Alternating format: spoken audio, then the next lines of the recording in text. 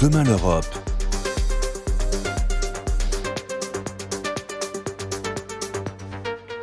Bonjour Marie Toussaint. Bonjour. Bienvenue dans Demain l'Europe, émission spéciale où France Info reçoit les têtes de liste françaises pour les élections européennes.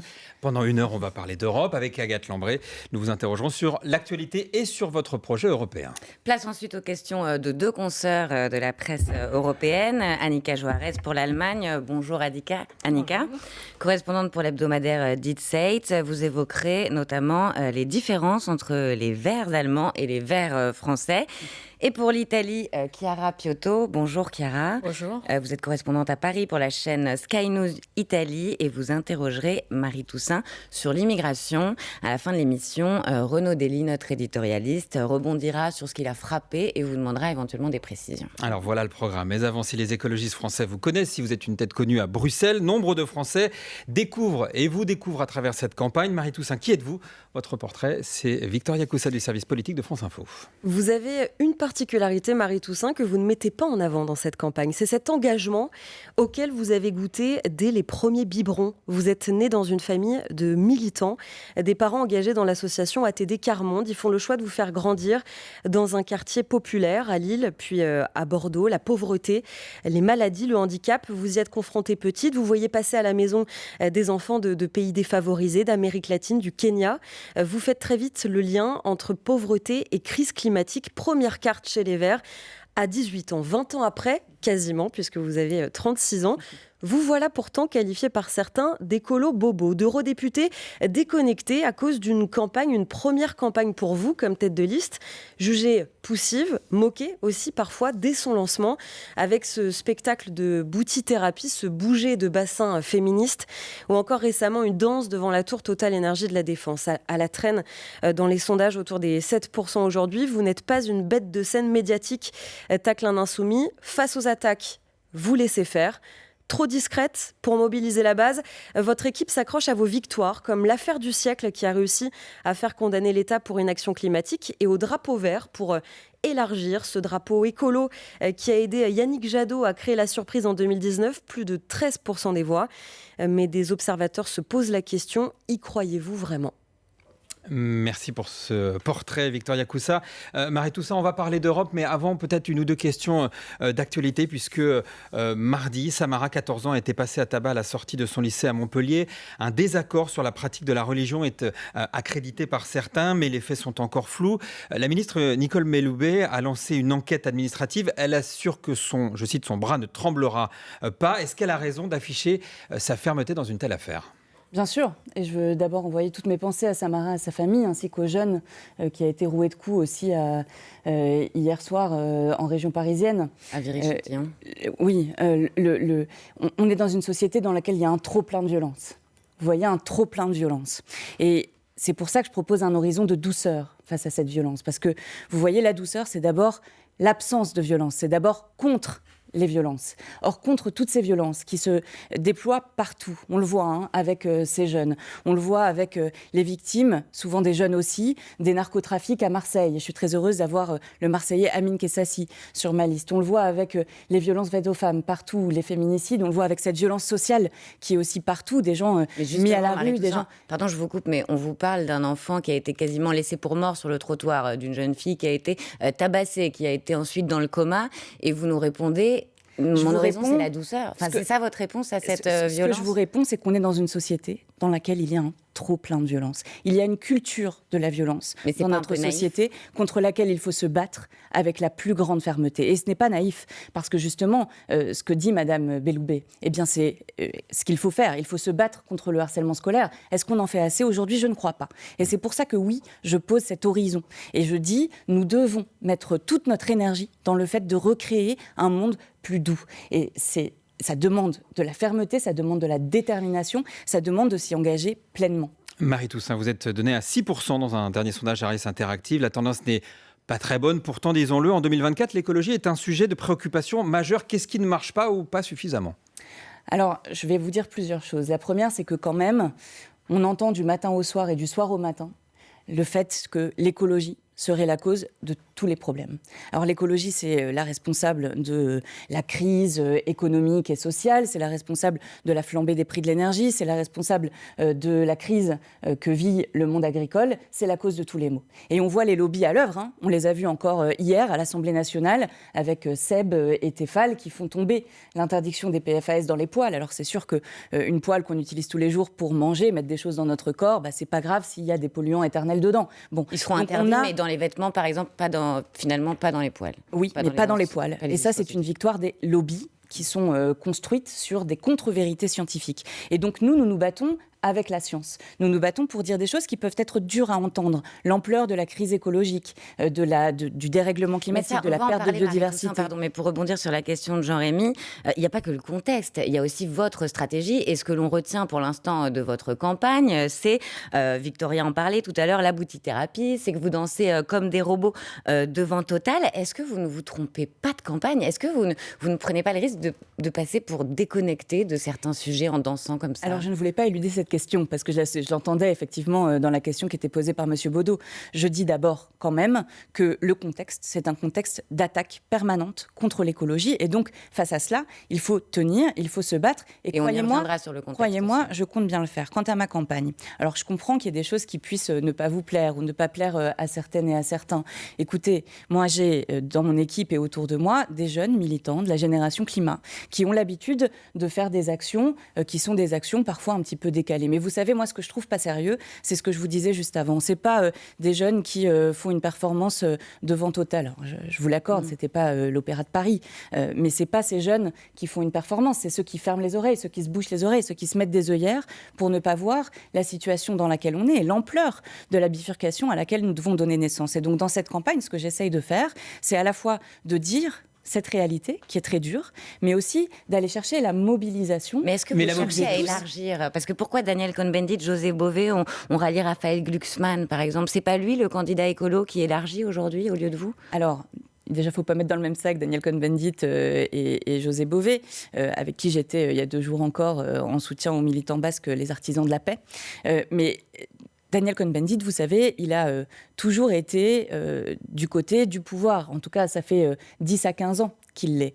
Et il a pensé hier qu'Emmanuel Macron, déjà en 2017, était le sauveur ultime. Il pense aujourd'hui que c'est Raphaël Glucksmann et la social-démocratie. Libre à lui. Qui est largement devant vous, malgré tout, Raphaël Glucksmann, dans les sondages. Aujourd'hui, il est devant moi dans les sondages. Est-ce qu'aujourd'hui, est-ce que c'est lui qui incarne l'écologie Incarner l'écologie, je ne crois pas. Moi, je ne vais pas vous raconter que les sondages, j'en suis heureuse et que tout va bien circuler, Madame la Marquise. Je ne vais pas vous raconter ça. Moi, je vous dis qu'il faut me battre. Par contre, voilà, quand on me dit d'autres que vous incarnent l'écologie, je pose la question. Je dis, mais qui, au Parlement, a tiré la sonnette d'alarme sur ces produits toxiques qui sont partout ? Qui se bat sans baisser les bras, pour que la politique climatique soit à la hauteur des enjeux. Et je crois qu'on parlera tout à l'heure de ma proposition d'un fonds de souveraineté écologique pour que les entreprises pétrolières cessent de détruire notre planète. Voilà. Qui se bat à l'Assemblée nationale sur votre campagne, hier, qui se bat sur le terrain avec les maires. Vous allez continuer comme ça jusqu'au 6 juin. Écoutez, la campagne, elle commence. Donc, laissez-moi défendre mes propositions. Je pense que c'est aussi l'objet de notre discussion aujourd'hui. Je pense qu'on a besoin de propositions innovantes, de propositions solides, de propositions portées par des personnes qui sont déterminées à aller jusqu'au bout. Et je crois que ça, c'est ce qui fait l'étau, c'est l'ADN des écologistes. On va en parler, mais vous parliez tout à l'heure du contexte. C'est vrai que les Européens ont allégé certaines mesures vertes de la PAC, la politique agricole commune. Ils ont aussi bloqué un texte sur la biodiversité. Alors, le contexte n'est pas propice pour vous, mais est-ce que les 27 ne font pas tout simplement preuve de pragmatisme aussi dans un contexte de crise du monde agricole ? Un contexte de faire preuve de pragmatisme dans le contexte dans lequel nous sommes, ce serait au contraire accélérer la transition, l'accompagner socialement et l'accompagner d'un plan économique pour l'Europe et pour notre pays. Aujourd'hui, les États membres, l'extrême droite, les droites, dans toutes leurs nuances, y compris les amis d'Emmanuel Macron, ne cessent de porter atteinte à toutes les législations de protection de la nature. Vous avez parlé de la PAC. On a une situation quand même assez ubuesque parce que dans cette réforme de la PAC, le premier point, c'est de dire on aide plus les agriculteurs face aux aléas climatiques, aux sécheresses, aux inondations, et on en a besoin, c'est un bon point. Mais tout le reste vise à détricoter ce qu'il y avait de vert dans cette PAC qui n'était déjà pas très vertes. Et puis on a Vous voulez les revenir atteintes. sur la règle de la jachère, par exemple, qui a été suspendue? Moi non, je ne le souhaite pas. Mais donc il y a les atteintes au texte sur la biodiversité, au texte sur la déforestation, au texte sur la gouvernance des entreprises. En fait, on ne les compte plus, ces reculs. Mais plutôt que de se dire, on a un modèle économique qui ne permet pas aux paysans de vivre de leur travail, on a un modèle économique qui laisse partir les emplois et qui n'accompagne pas ni les salariés, ni les entreprises, ni les territoires dans la nécessaire transformation, eh bien on dit, on laisse tomber les législations écologiques. Mais vous savez, même en termes économiques, je veux dire, on a les assureurs qui nous disent, depuis longtemps déjà d'ailleurs, mais le coût du dérèglement climatique va être immense. On ne sait pas faire face à ce coût de façon économique. On ne sait pas y faire face. Et donc c'est maintenant qu'il faut agir. Ça nous permet par ailleurs d'économiser de l'argent sur l'avenir.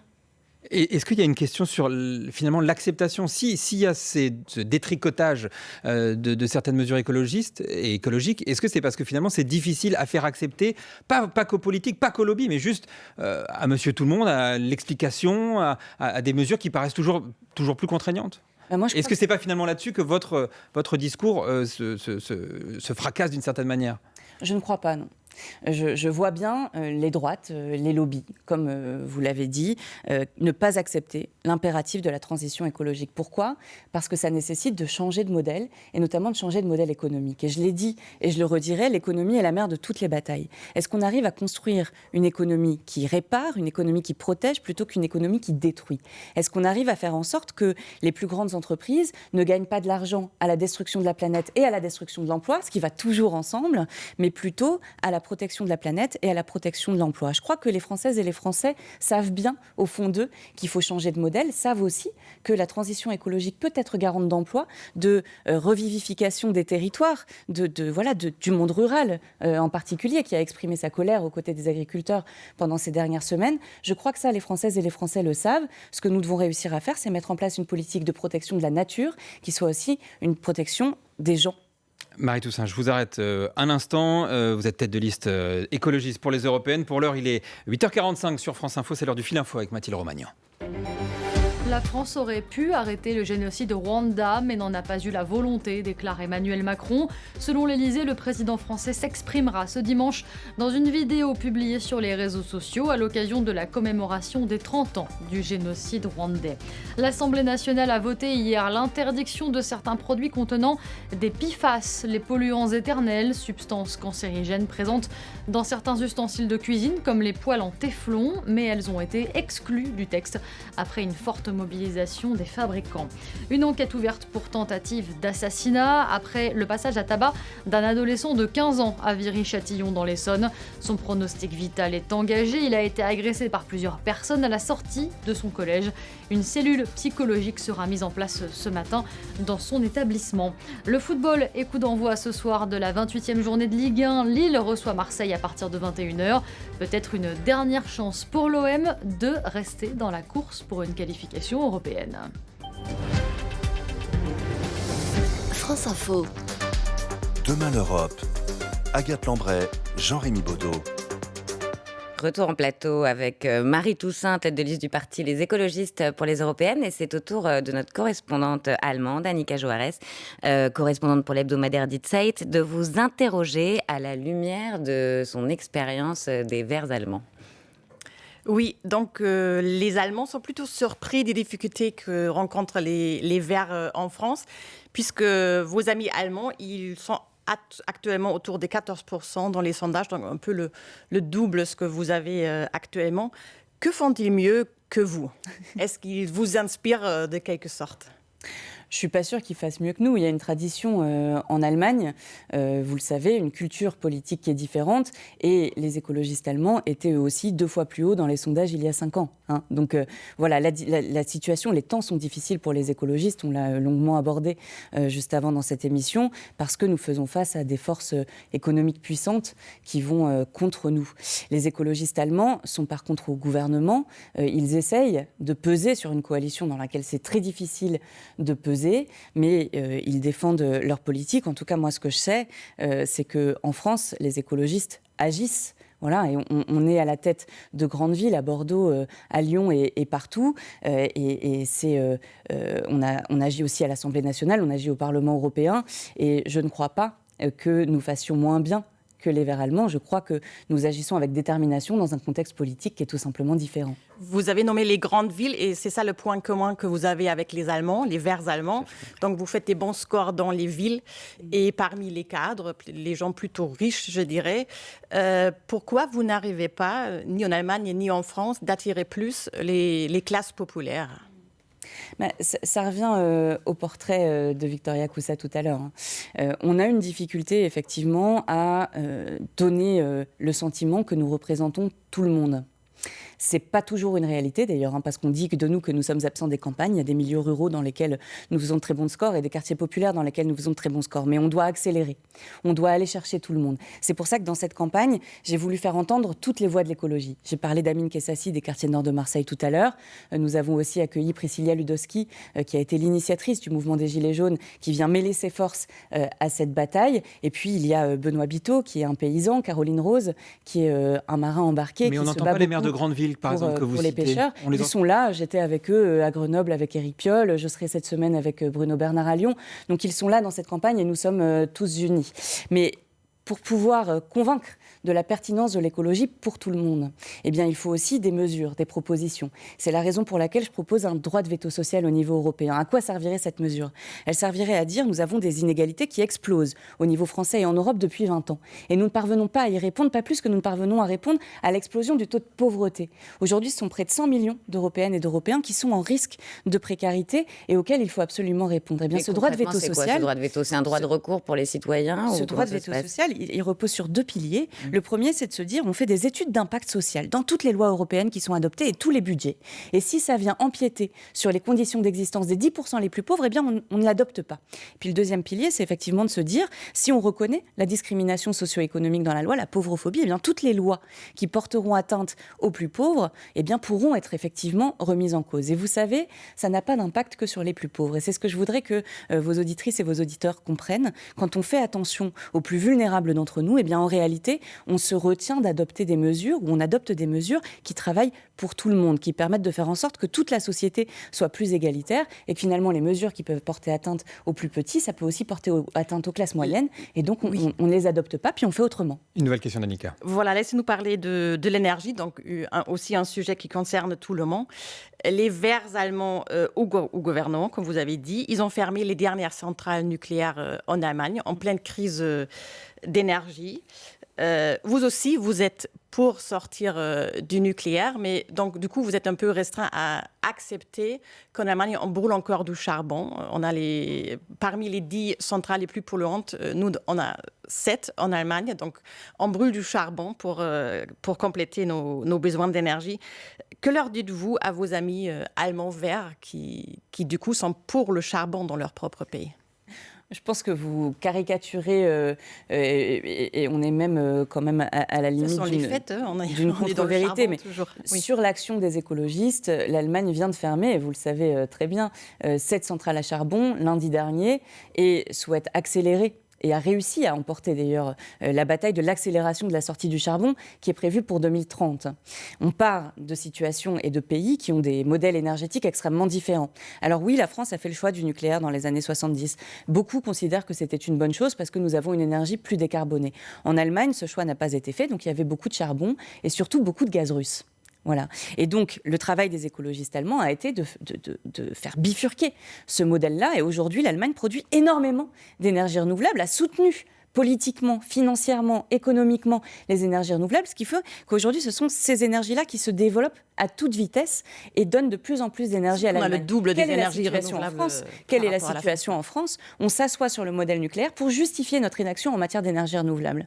Et vous savez, moi j'ai bien lu l'appel du Haut Conseil pour le climat hier, qui dit le gouvernement est aux fraises. Le gouvernement est aux fraises. Aucune planification énergétique, aucune planification sur les énergies renouvelables. Vous savez que nous sommes en tort avec les législations européennes sur le développement des renouvelables. Et donc, moi, ce que je pense aujourd'hui, c'est qu'on a besoin de développer ces énergies renouvelables. Et je vais vous dire, si nous souhaitons tenir les objectifs de l'accord de Paris, c'est-à-dire réduire nos émissions de gaz à effet de serre de 45% d'ici 2040, eh bien en France, on n'a pas le temps de développer de nouveaux nucléaires. Donc celui qui est là, il est là. Mais la solution pour demain, ce sont les énergies renouvelables et la sobriété. C'est vrai qu'en Allemagne, on a beaucoup des énergies renouvelables. Il faut le double ce que vous avez en France. Oui. Mais pour autant, on ne va pas tenir l'accord de Paris non plus. Donc même avec les Verts au gouvernement, c'est pas toujours Je sais à quel tenable. point c'est difficile. Oui, c'est difficile. Restant sur l'énergie, vous avez lancé une pétition pour acquérir la majorité du capital des 6 plus grosses entreprises fossiles en Europe. Donc, si j'ai bien compris, l'État prendrait le contrôle de ces entreprises qui brûlent encore du charbon ou qui vendent du pétrole. Parmi eux, évidemment, il y a aussi une entreprise allemande avec qui beaucoup des Allemands se chauffent. Donc, est-ce que vous ne risquez pas que les Allemands sont dans le froid l'hiver prochain si vous faites cette action-là ? Absolument pas. Absolument pas. L'idée, elle est où ? L'idée, elle est de dire, nous avons aujourd'hui des entreprises européennes qui, par leurs activités, détruisent la planète et qui investissent toujours plus dans les énergies fossiles plutôt que dans les énergies renouvelables. Et donc, en tant qu'Union européenne, nous avons une responsabilité pour l'énergie, pour le climat, pour la souveraineté, pour que les gens puissent se chauffer, de faire bifurquer l'activité de ces entreprises. Et donc, on met en place un fonds souverain européen, piloté par la Banque européenne d'investissement, qui deviendrait ainsi une véritable banque du climat, qui prendrait des parts actives, c'est-à-dire 51% des droits de vote, dans chacune de ces entreprises. Pour faire quoi ? Pour accélérer la transition. Et donc, accélérer la transition, ça ne veut pas dire priver les gens d'accès à l'énergie. Loin de là. Ça veut dire comment on fait en sorte de changer les stratégies qui sont aujourd'hui déployées pour pouvoir aller vers une énergie renouvelable. Et vous savez, moi, je me bats beaucoup pour le droit à l'énergie au niveau européen, le droit à une énergie qui soit bonne pour la planète, qui soit bonne pour la santé, parce que les énergies fossiles, elles font mal à la santé aussi. Ce sont des milliers de morts, que ce soit par la pollution de l'air ou par les impacts du dérèglement climatique, et une énergie qui soit accessible pour toutes et tous. Ce droit à l'énergie, on a besoin de le défendre, et ce fonds de souveraineté écologique que je propose, c'est une manière pour l'Union européenne de dire « je ne me laisse pas faire » par les fluctuations des cours de bourse, par le marché, par les dividendes et les actionnaires, mais je décide de quel est notre avenir énergétique. Est-ce que vous êtes audible, Marie Toussaint ? Parce que tout à l'heure, vous parliez du nucléaire, vous voulez en finir par exemple avec le nucléaire, mais 75% des Français sont favorables au nucléaire. Même à gauche, on est favorable au nucléaire. Est-ce que vous n'êtes pas un peu déconnecté Enfin, comment vous expliquez ce décalage ? Mais là, on parle des énergies fossiles et des entreprises des énergies fossiles. Oui, mais moi, ce que je vous ai dit tout à l'heure, c'est que pour tenir nos objectifs de l'accord de Paris, on doit accélérer, on doit doubler, voire tripler les efforts qui ont été fournis jusqu'ici, d'ici 2040, et ça veut dire dès aujourd'hui, parce que tout ce qu'on aura économisé aujourd'hui ne sera pas économisé demain. Et donc, la bataille que nous devons mener aujourd'hui, c'est la bataille contre les énergies fossiles. C'est celle-là que nous devons remplacer le plus vite. Et ce que je dis, c'est que si nous voulons les remplacer le plus vite possible, ça passe par les énergies renouvelables. Toutes les études le montrent, on en a des tonnes qui montrent que la neutralité carbone est possible, y compris sans nucléaire, en 2035 en Europe. Nous, ce qu'on propose, c'est 2040, parce que ça coûtera moins cher et que ça créera plus d'emplois. Donc on se dit, donnons-nous cet horizon de 2040, allons vers le 100% renouvelable, mais pour ça, il faut mener cette bataille contre les énergies fossiles, contre des entreprises comme Total qui investissent au moins 70% de leurs investissements dans les énergies fossiles. Sortons-en, consacrons 100% au développement des énergies renouvelables. Oui, mais il y a quand même au niveau européen des deals qui acceptent le nucléaire et le fossile, c'est-à-dire que l'Allemagne a accepté de considérer l'énergie nucléaire comme durable, en oubliant des déchets nucléaires et en oubliant... Avec le gaz ? Toute la peur, voilà, en contrepartie. Avec le gaz, qui est une énergie fossile qui est extrêmement pollueuse. Voilà, donc là, il y a les deux, avec l'accord des Verts allemands, qui ont accepté un peu l'énergie préférée de l'autre, au niveau européen. Donc l'Allemagne a accepté le nucléaire, qui normalement leur fait que peur, surtout les centrales nucléaires françaises vieillissantes. Et la France a accepté le gaz, pourtant elle ne voulait plus en utiliser. Donc est-ce que vous ne pensez pas qu'à Bruxelles, il y a aussi les mauvaises deals qui contredisent un peu votre sujet cher avec l'accord des Allemands ? Alors, bien sûr, à Bruxelles, il y a aussi des mauvais deals qui sont passés. Et sinon, je ne dirais pas qu'il faut changer l'Europe. Il faut changer cette Europe pour qu'elle soit plus écologiste et plus juste. Maintenant, vous me parlez de la France qui voudrait se débarrasser du gaz. Moi, ce n'est pas ce que je constate. Ce que je constate, c'est que la France importe de plus en plus de gaz naturel liquéfié. Elle est d'ailleurs la première importatrice de gaz naturel liquéfié russe. Et elle construit des infrastructures gazières supplémentaires pour pouvoir accueillir toujours plus de gaz. Donc, on est très loin de la nécessaire sortie du gaz en 2035. Ce que je veux vous dire aussi, c'est qu'au Parlement européen, les Verts allemands ont voté avec les Verts français et l'ensemble du groupe en bloc contre cette taxonomie verte qui labellisait comme durable à la fois le nucléaire et le gaz. Donc il y a des accords parce que Emmanuel Macron dit à l'Allemagne et au gouvernement allemand, moi je veux absolument du nucléaire et donc je suis prêt à céder et à dire que le gaz est durable, et que l'Allemagne dise moi je suis en difficulté et j'ai encore besoin d'un peu de gaz. La coalition allemande, pas les Verts allemands, la coalition allemande, j'ai encore besoin d'un peu de gaz et donc je vais céder à Emmanuel Emmanuel Macron, c'est une réalité. Oui, au Parlement européen, nous avons été extrêmement cohérents et nous refusons ces énergies et nous refusons de labelliser verte. Oui. Nous refusons de labelliser vert ces investissements qui ne le sont pas. Oui, je voudrais finir avec une question que je trouve très importante par rapport à la décroissance, parce que là, on parle toujours de remplacer l'énergie. Est-ce qu'il n'y a pas aussi le moment venu de dire oui, on ne pourra pas tenir tous les accords qui vous sont aussi chers, l'accord de Paris par exemple, la biodiversité, tout ce qui va avec pour notre survie, je dirais. Est-ce qu'il ne faudrait pas à un moment parler aussi de la décroissance? Je sais que c'est un sujet brûlant, mais est-ce que ce n'est pas ouvert de parler un peu plus sur ce sujet qui, d'après les scientifiques, est quand même sur la table? Oui, vous voyez, ce qui m'embête avec le terme de décroissance, c'est qu'en fait, on y met un peu ce qu'on veut. Donc, quelle est la situation aujourd'hui? On a une économie qui déborde totalement de son lit. Je m'explique. On a 9 limites planétaires.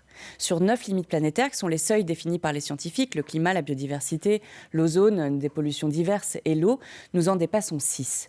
Nous dépassons donc 6 des 9 limites planétaires. L'enjeu, c'est de remettre l'économie dans son lit, de revenir aux limites planétaires. C'est la raison pour laquelle je propose un traité environnemental pour l'Europe, pour que les critères de convergence soient d'abord et avant tout des critères de retour à ces limites planétaires et de faire de la protection de la nature la loi des lois. Donc il faut moins consommer. La question derrière que vous posez, c'est qu'est-ce qu'il faut? Est-ce qu'il faut baisser notre consommation? Je vais vous répondre oui, sur des tas de domaines.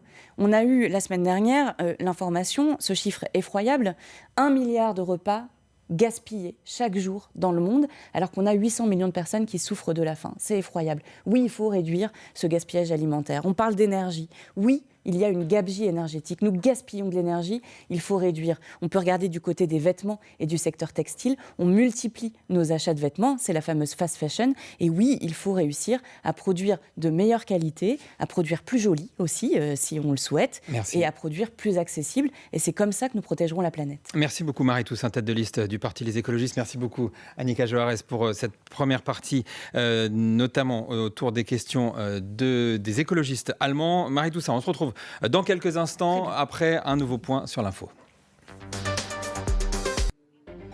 Bonjour à tous, bienvenue sur France Info. On fait un point sur l'actualité en ce vendredi 5 avril et on commence avec cette violente agression. Un adolescent a été pris à partie par plusieurs personnes hier à proximité de son collège à Viry-Châtillon en Essonne. Il a été transporté à l'hôpital Necker dans un état critique. Marie-Toussaint, députée européenne, a été l'invitée de l'émission Demain l'Europe. Elle a réagi face à ces agressions. Écoutez-la. On est dans une société dans laquelle il y a un trop plein de violence. Il y a une culture de la violence dans notre société contre laquelle il faut se battre avec la plus grande fermeté. Et ce n'est pas naïf, parce que justement, ce que dit Madame Belloubet, eh bien c'est ce qu'il faut faire. Il faut se battre contre le harcèlement scolaire. Est-ce qu'on en fait assez aujourd'hui? Je ne crois pas. Et c'est pour ça que oui, je pose cet horizon. Et je dis, nous devons mettre toute notre énergie dans le fait de recréer un monde plus doux. Et ça demande de la fermeté, ça demande de la détermination, ça demande de s'y engager pleinement. Samara, elle aussi, a été victime d'une violente agression devant son collège à Montpellier. C'était il y a 3 jours. La ministre de l'Éducation nationale, Nicole Belloubet, a lancé une mission flash. Il s'agit d'une enquête administrative de 8 jours pour tenter de comprendre ce qui s'est passé durant les semaines, voire les mois précédant cette agression. Toujours au volet judiciaire, souvenez-vous, c'était il y a bientôt 2 mois. Erwan, un jeune homme de 18 ans, disparaissait dans les Deux-Sèvres. Eh bien, hier, un corps sans vie a été découvert dans une rivière avec sur lui les papiers d'identité du jeune homme. Le parquet de Niort a immédiatement ouvert une enquête et une autopsie et des analyses ADN sont prévues pour savoir s'il s'agit bien du corps d'Erwan. Justice toujours après des mois de déchirements familiaux, Alain Delon a été placé sous curatelle renforcée. Cela veut dire qu'il n'a plus la totale liberté de la gestion de ses biens et des décisions qu'il pourrait prendre. Le monstre du cinéma âgé de 88 ans a été victime d'un AVC en 2019. Il était déjà sous le régime de la sauvegarde judiciaire depuis janvier. Et nous allons vivre un doux parfum d'été ce week-end en France, puisqu'une vague de chaleur précoce arrive. Imaginez, il va faire 25 degrés à Paris, 27 degrés à Auxerre et même jusqu'à 30 degrés dans le Val-de-Loire. Si ces niveaux de prévision sont hors normes pour un mois d'avril, eh bien, ils s'expliquent par une montée d'air chaud en provenance du Sahara. À l'international, on en vient à la situation au Proche-Orient avec ce coup de fil hier entre le président américain et le Premier ministre israélien. Joe Biden a exigé un accord pour un cessez-le-feu immédiat à Gaza. Face à cette pression, Israël autorise la livraison temporaire d'aide aux civils.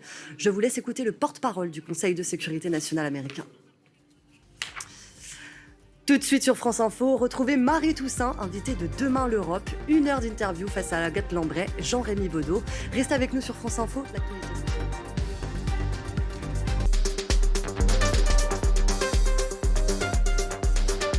Demain l'Europe.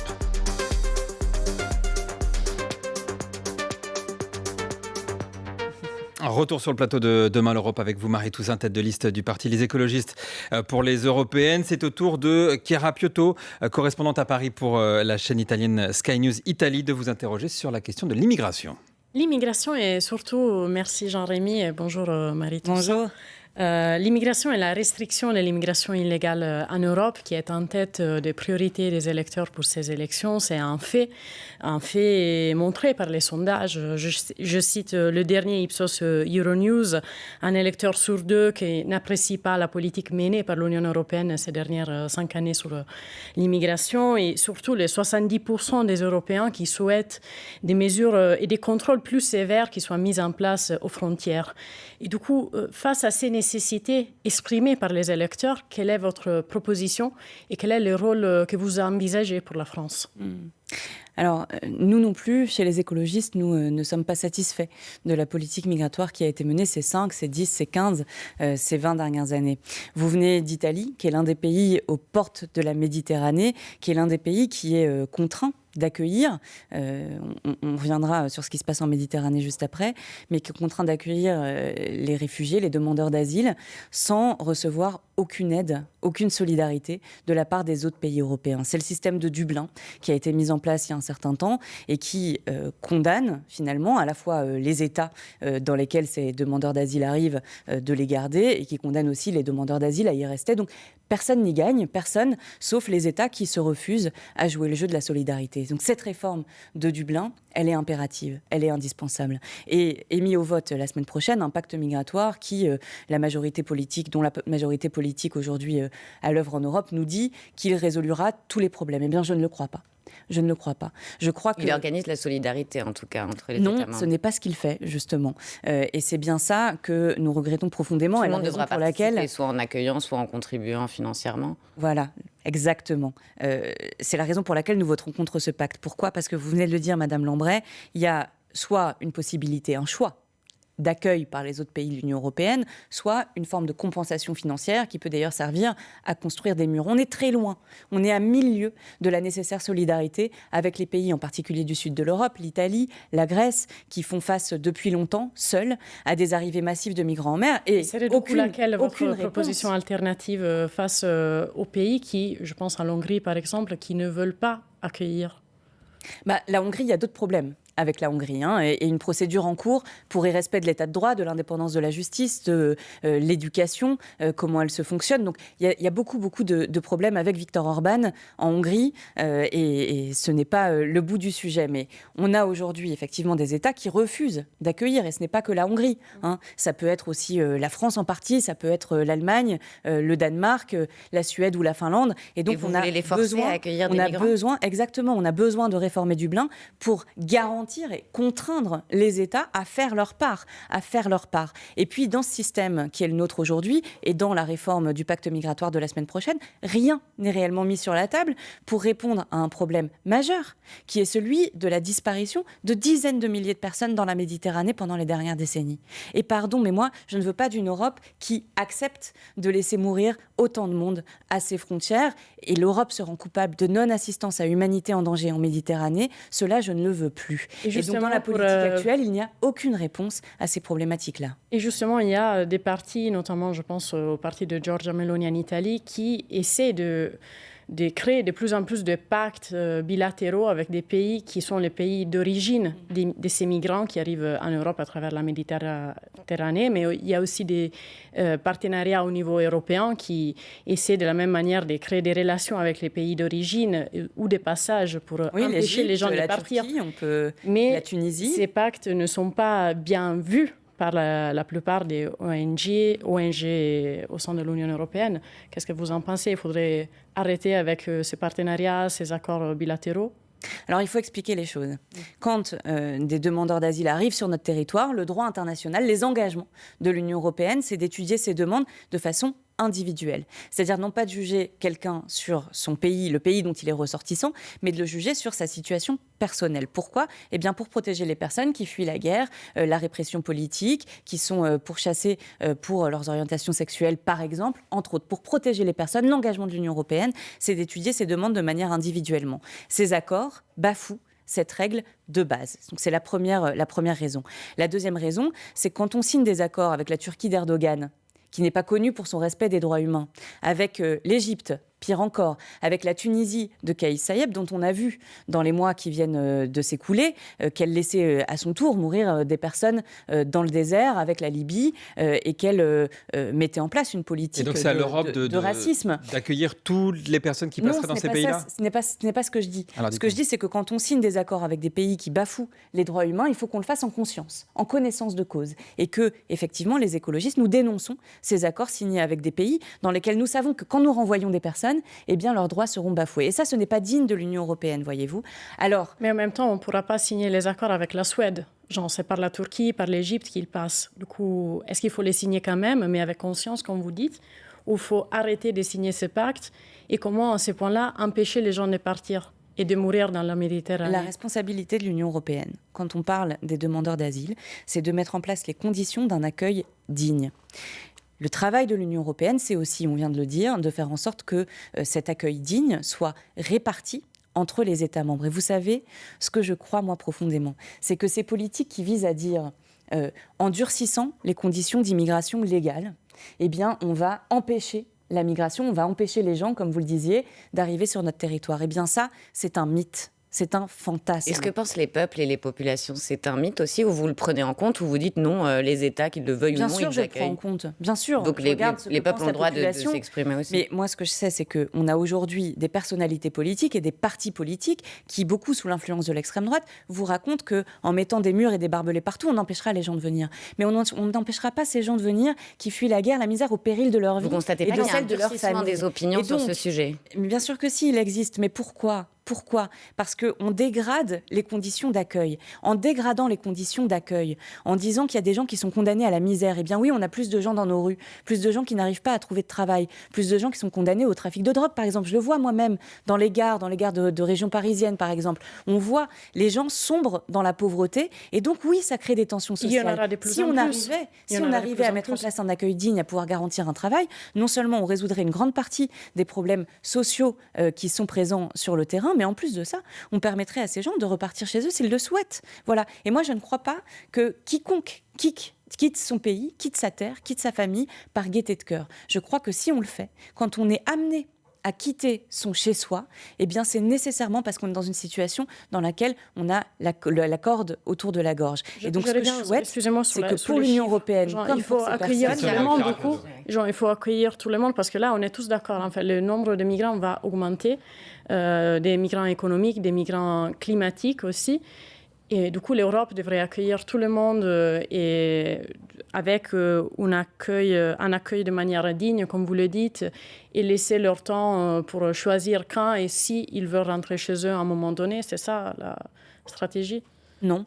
Ce que vous oubliez de dire d'abord, c'est que la plupart des migrations sont entre les pays de ce qu'on appelle le Sud global, les pays en développement. C'est là où se situe la plupart des migrations. D'accord ? Donc, ne viennent en Europe qu'une partie de ces migrantes et ces migrants, de ces demandeurs d'asile. Moi, ce que je vous dis, c'est que l'Europe ne doit pas faillir sur la question du droit d'asile. Voilà. La question migratoire, c'est une autre question. Et la question migratoire, elle est aujourd'hui gérée par les États. Non pas par l'Union européenne, mais par les États. Et c'est un autre sujet. Qui on veut accueillir ? Est-ce qu'on a des besoins pour notre économie ? Est-ce qu'on veut accueillir des étudiants ? Comment on fait ? On a peut-être des besoins de médecins. On a une main-d'œuvre étrangère, par exemple, dans le milieu agricole, qui est absolument incontournable pour nos économies. Ces débats-là, aujourd'hui, ils se tiennent au niveau des États. Moi, j'aimerais effectivement qu'ils se tiennent au niveau de l'Union européenne, mais ils se tiennent au niveau des États. Donc, quant à l'Union européenne, ce qui est en charge du droit d'asile, qui est l'un des droits fondamentaux pour lesquels beaucoup de monde a perdu la vie partout partout autour du monde pendant des siècles, eh bien, ce droit-là, il doit être préservé dans l'Union européenne. Et là-dessus, nous ne faiblirons pas et nous tiendrons parce que oui, on a besoin d'accueillir dignement ces personnes, dignement pour eux, mais cette dignité-là, c'est aussi celle de l'Union européenne. Du coup, vous voulez pas, vous envisagez pas une restriction des mesures pour l'accueil et pour le droit à l'asile en Europe? Non, nous souhaitons que l'asile soit fait correctement. Ok, juste correctement, mais sans limite. Mais madame, vous voyez bien, quand on a une crise, par exemple en Syrie, on a des millions de personnes qui fuient leur pays. Qu'est-ce qu'on leur dit? On leur dit, ah bah non, on va en prendre 100, puis il y en aura 20 là, et puis alors les millions qui restent, vous allez rester sous les bombes et les attaques chimiques de Bachar el-Assad. Quand on a en Afghanistan un régime qui se met en place, qui bafoue en permanence les droits des femmes, qui n'ont même plus le droit de sortir de chez elles, qu'est-ce qu'on dit à ces femmes? On dit non, vous allez rester parce que nous, on peut en prendre que 2 ou 3 d'entre vous. Et donc c'est à l'Europe d'accueillir, c'était le sens de ma question tout à l'heure, c'est à l'Europe d'accueillir l'intégralité des problématiques internationales. Je vous l'ai dit, ce n'est pas le cas. Les gens migrent d'abord et fuient d'abord dans les pays voisins qui ne sont pas les pays européens. Et puis, on a d'autres États. Il y a les États-Unis, il y a le Canada, il y a des tas d'autres États dans lesquels les gens peuvent fuir. Donc, ce n'est pas à l'Europe d'accueillir l'intégralité de ces personnes-là. Mais vous voyez bien que l'Europe se réduit, se diminue si elle refuse d'accueillir des personnes en détresse comme elle s'y est engagée. Et donc, ça ne veut pas dire qu'il faut les garder ad vitam aeternam. Ça veut dire que oui, quand on a des Ukrainiennes, des Ukrainiens qui fuient les bombes, on l'a vu, on met en place des dispositifs pour les accueillir. Et quand on met en place ces dispositifs-là... Une dernière question de question. Désolée, on vient sous les chiffres des écologistes en Italie qui chutent à 4% des intentions de vote. On l'a vu, cette chute un peu partout en Europe, face à une montée de l'extrême droite. Je souhaite vous poser cette question honnêtement. Pourquoi croyez-vous que la droite gagne autant d'espace dans les intentions de vote, tandis que les Verts sont en chute libre? C'est une bonne question. C'est une bonne question et la réalité, c'est que l'extrême droite a déjà été au pouvoir en Europe. Donc c'est un pouvoir qu'on connaît et les écologistes ont été très peu en responsabilité. C'est une première réponse. La deuxième, c'est que dans le monde complexe dans lequel nous vivons, je parlais tout à l'heure de l'explosion de la violence, de la guerre de tous contre chacun, et on le voit chaque jour sur les réseaux sociaux, les injures, les invectives, le bruit et la fureur en permanence. Dans ce monde-là, c'est peut-être plus facile de se dire que on va vers des réponses qui sont nationalistes, des réponses nationales populistes, qui prétendent qu'on va garantir la sécurité en un coup de baguette magique. Et oui, peut-être que c'est plus facile que nous, les écologistes, qui disons que le modèle dans lequel nous sommes est à bout de souffle, qu'il ne faut pas le prolonger en rajoutant des murs, mais qu'il faut le transformer complètement. Et oui, peut-être que ce message-là, il est plus compliqué à entendre, mais ce que je crois, c'est que quand on regarde les sondages d'opinion, parce que vous me parliez de la place de l'immigration dans les sondages d'opinion, on voit aussi à quel point les Françaises, les Français, les Européens, les Européennes sont attachés à la question du pouvoir d'achat, de la santé, de la préservation de l'environnement. Et donc, cette campagne, nous allons la mener. Et nous savons que nous avons des années difficiles devant nous, mais nous ne baissons pas les bras, ce n'est pas notre genre. Et ça a été dit aussi dans le portrait de Victoria Coussa, les combats difficiles à mener, je les prends et je les mène. Marie-Toussaint, tête de liste du Parti des écologistes pour les Européennes. On se retrouve dans un instant. Merci beaucoup, Chiara Piotto, correspondante à Paris pour la chaîne Sky News Italie, d'avoir posé des questions sur la question de l'immigration. Marie-Toussaint, on se retrouve dans un instant, juste après le fil info de Mathilde Romagnan. Il est 9h15. Une victoire des lobbies construite sur des contre-vérités scientifiques. La réaction sur France Info de Marie-Toussaint, tête de liste les écologistes aux élections européennes après l'exclusion des poêles en téflon du texte contre les PFAS, les polluants éternels. La proposition de loi a été adoptée hier à l'Assemblée nationale pour limiter la fabrication des produits contenant ces substances cancérigènes.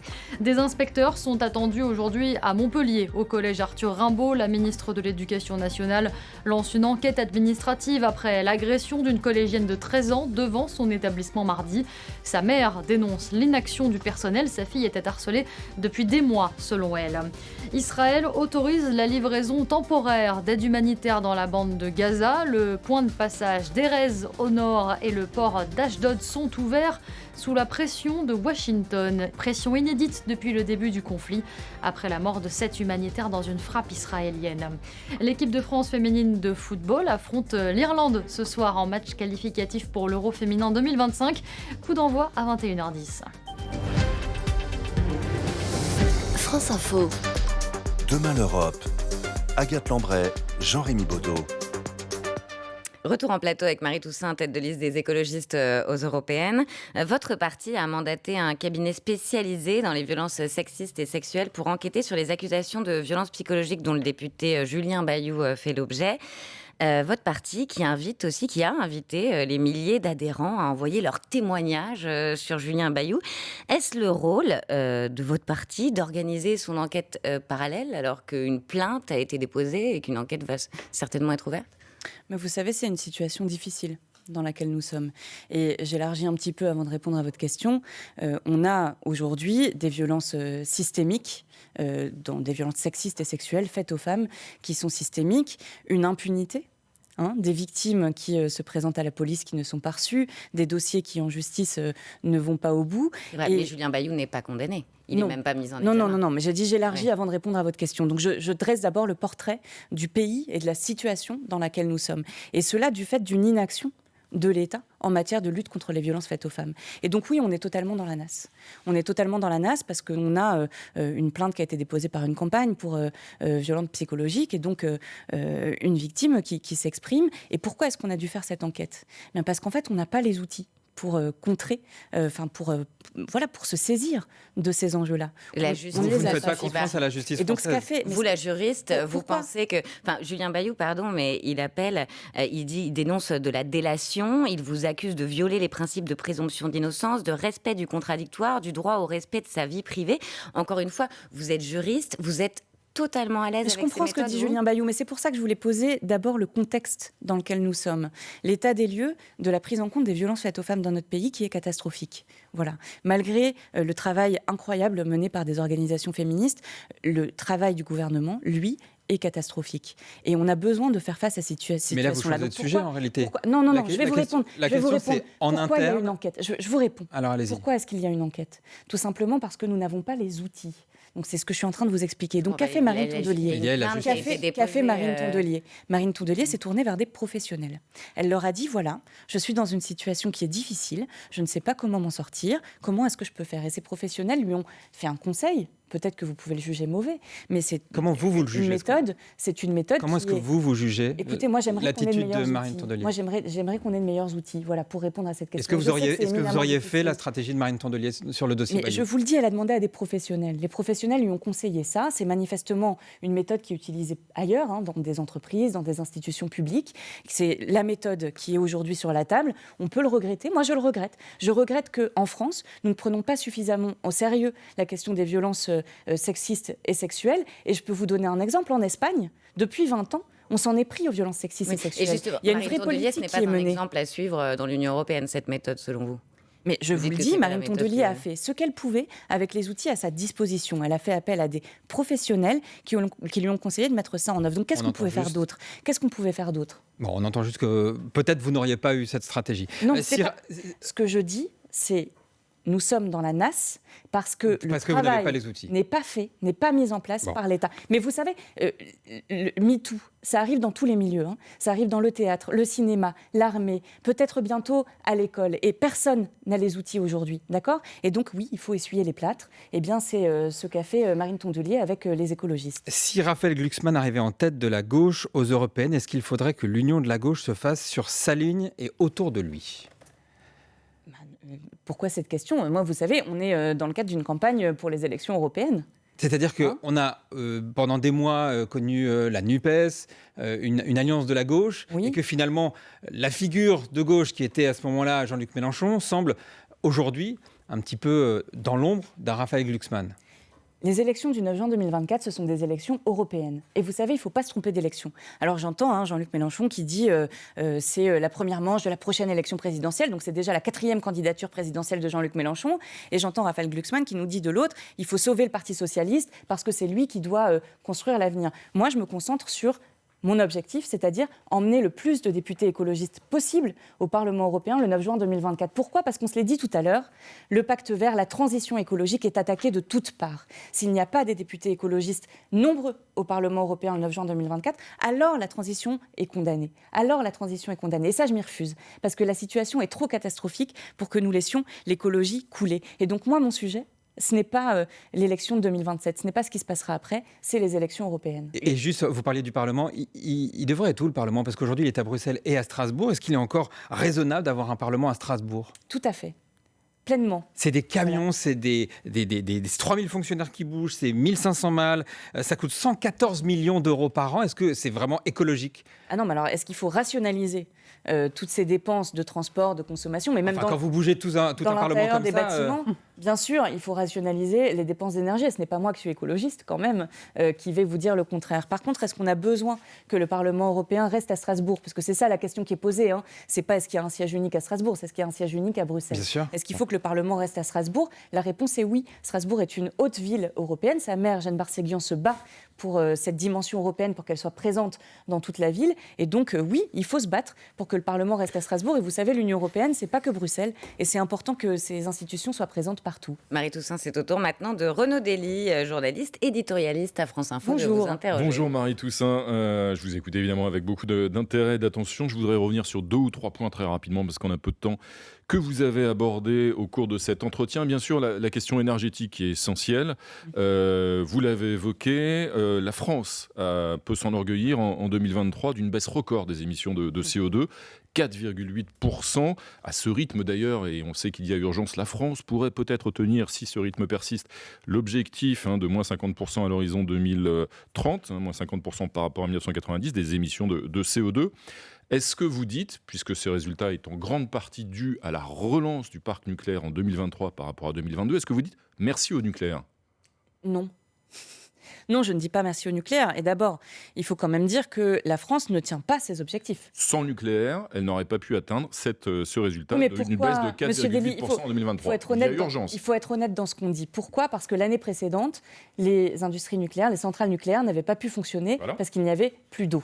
C'est ce que je disais, elles ne fonctionnaient pas. Et quand elles fonctionnent, les émissions de CO2 baissent. Parce qu'elles étaient aussi en rénovation en partie, parce qu'il c'était multifactoriel quand même. Alors, la France ne tient pas ses objectifs de réduction d'émissions de gaz à effet de serre. Je le sais, j'ai fait condamner l'État pour inaction climatique avec l'affaire du siècle. La France ne tient pas ses objectifs. Cette condamnation porte jusqu'à l'année 2018. La baisse qui a été accusée... Cette condamnation, vous le confirmez, porte jusqu'à l'année 2018. Cette condamnation de l'État français. Oui, avec des injonctions à agir par la suite. Bon, je reviens sur notre sujet. La France a réduit ses émissions de 4,8% l'année dernière. Est-ce que je m'en satisfais? Oui. Est-ce que c'est structurel? Seulement en partie.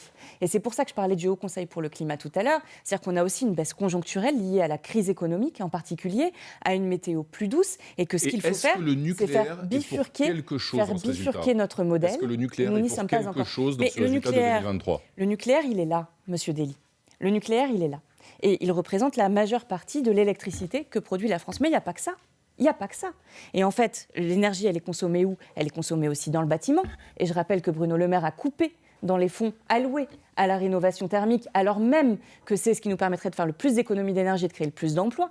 Elle est dans l'agriculture et on voit bien que la France, le gouvernement se refuse à transformer notre modèle agricole, comme d'ailleurs l'Union européenne et ses États membres. Elle est aussi dans l'aviation dont les émissions explosent cette année. Et donc, on a besoin de changements structurels. Une dernière question sur le nucléaire. À l'échelle européenne, on le voit, Marie-Toussaint, un certain nombre de pays qui étaient très hostiles, la Suède par exemple, bascule, reviennent, relance le nucléaire. L'opinion bascule justement, y compris en Suède, pour soutenir le nucléaire. Vos camarades, les Verts finlandais sont favorables à l'énergie nucléaire. Est-ce que ça vous déçoit? Est-ce que ça vous désole? Est-ce que tous se trompent? Moi, je vous l'ai dit, le nucléaire, aujourd'hui, en France, il est là. D'accord? Il est là. Les écologistes, nous n'avons jamais demandé de sortir du nucléaire du jour au lendemain. C'est un mensonge. Nous disons qu'il faut sortir en une génération. Bon, aujourd'hui, cette génération-là, elle nous amène quand? Elle nous amène à la fin de vie des centrales. Donc la seule question, c'est comment est-ce que nous nous mettons en capacité de tenir nos objectifs climatiques dans les années à venir. Ma question portait sur le reste de l'Europe, c'est pas ma question. Mais je l'ai dit tout à l'heure, seules les énergies renouvelables peuvent y répondre. Et sur le reste de l'Europe, Monsieur Dely, c'est pareil. Et je l'ai dit aussi tout à l'heure, on peut faire une Europe 100% renouvelable en 2040. Ça crée de l'emploi et ça ramène de l'argent. Je voudrais revenir en 2 minutes sur la question migratoire. Vous avez abordé évidemment cet enjeu, l'enjeu de la question migratoire en Europe. Vous avez indiqué que vous voteriez contre le pacte asile-immigration qui va être donc soumis au vote des députés européens prochainement, et notamment parce que vous êtes hostile aux compensations financières que pourraient payer les pays refusant d'accueillir un certain nombre de migrants, justement. Et vous avez dit, il faut être clair, il faut contraindre, c'est l'expression que vous avez utilisée, contraindre les pays qui refusent d'accueillir des migrants à le faire. Très concrètement, ça signifie que Bruxelles devrait pouvoir contraindre la France à accueillir davantage de migrants demain. Alors vous savez, je suis juriste et je préfère toujours les règles de droit, surtout quand il s'agit d'êtres humains, aux solutions du marché. Or là, c'est ce que fait ce texte, c'est de créer un grand marché de la migration dans laquelle... Vous voyez bien, quand on dit il y a une somme forfaitaire à payer, dans laquelle on admet que les pays les plus riches pourront payer les pays les plus pauvres pour accueillir la migration. Je crois qu'à ce jeu-là, tout le monde est perdant. Tout le monde est perdant. Et donc, est-ce que je dis que la France doit prendre sa part de façon contraignante ? Oui. Est-ce que ça veut dire plus de personnes accueillies ? Eh bien ça reste à voir, Monsieur Dely, parce que ça va dépendre des années, ça va dépendre des arrivées, ça va dépendre de la clé de répartition au niveau européen. Et donc, je ne peux pas répondre à votre question, ce que vous voulez que je dise. C'est-à-dire, bien sûr, on va contraindre la France à accueillir. C'est pas forcément plus, dites-vous. Ça veut dire qu'aujourd'hui, la France fait son devoir en la matière, à vos yeux. Ça veut dire, ça dépend des années. On est plutôt en deçà, je vous l'accorde, de ce que nous devrions faire. Une toute dernière question sur un de vos concurrents dont on a beaucoup parlé. Vraiment 3 secondes. Raphaël Glucksmann. 3 secondes. En un mot, précisément, j'ai absolument pas compris la différence de fond qui vous distingue de Raphaël Glucksmann. C'est vrai ?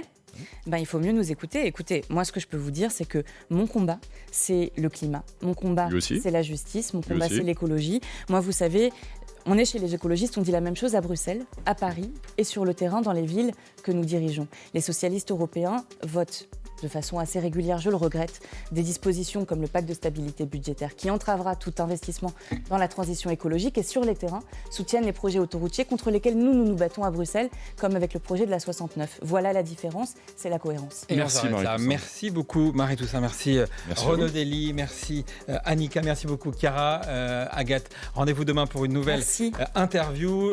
C'était l'émission Demain l'Europe avec vous, Marie-Toussaint, tête de liste du parti Les Écologistes. L'info évidemment continue sur France Info.